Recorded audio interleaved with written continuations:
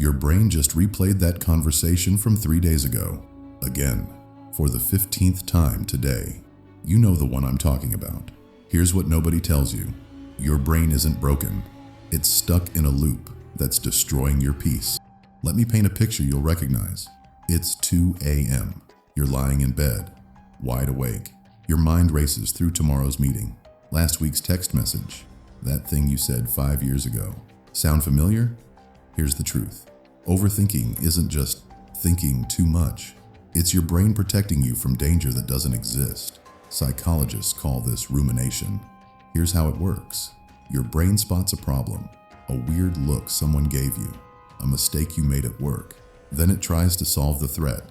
That's what evolution trained it to do. But here's where it gets twisted. Your brain doesn't solve the problem.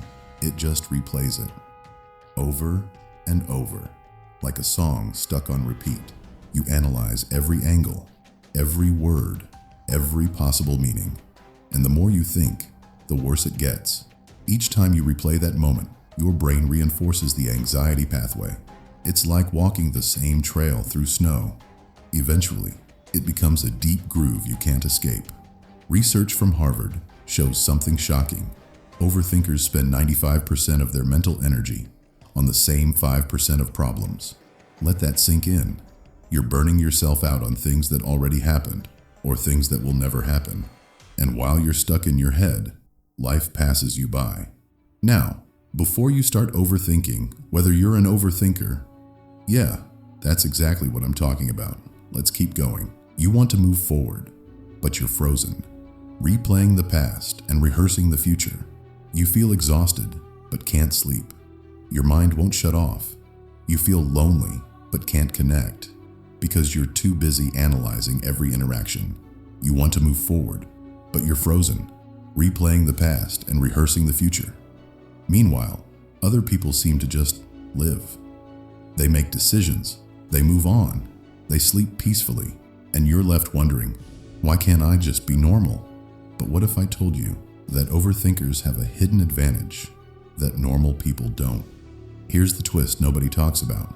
Your overthinking brain isn't defective. It's actually more advanced in some ways. Research shows overthinkers have higher levels of creativity and problem-solving ability. You see patterns others miss. You consider angles others ignore. The problem isn't your brain. It's that you haven't learned to direct it. Think of your mind like a powerful car. Right now, you're spinning your wheels in mud, but once you learn to steer it, you'll leave everyone else in the dust. So how do you break free? Step 1. Name the loop. When you catch yourself spiraling, literally say out loud, "I'm in the loop again." This simple act creates distance between you and your thoughts. It reminds you that you're not your thoughts. You're the person observing them. Step 2. Set a worry window. Give yourself 15 minutes a day to overthink on purpose. Write it all down. Get it out. But when those 15 minutes are up, you're done. If worries pop up later, tell them, "I'll see you tomorrow at worry time." This trains your brain that overthinking has boundaries. Step 3. The 5-minute rule.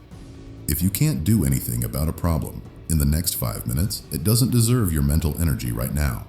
Can you control what your boss thinks? No. Then release it. Can you change what you said yesterday? No. Then let it go. This isn't about ignoring problems. It's about respecting your present moment. Step 4. Move your body. Overthinking happens when your mind is active, but your body is still. Break the pattern. Go for a walk. Do jumping jacks. Dance like nobody's watching.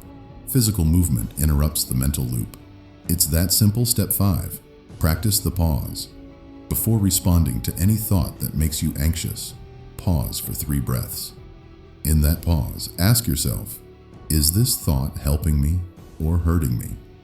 If it's hurting you, you don't have to follow it. Look, every day you spend trapped in your head is a day you're not fully living. Your peace is waiting on the other side of this pattern.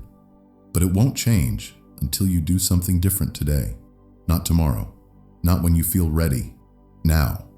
And if you're feeling empty even after trying everything, there's something deeper going on. I break down exactly why that happens and what to do about it in my next video. Check the end screen now Your peace is closer than you think.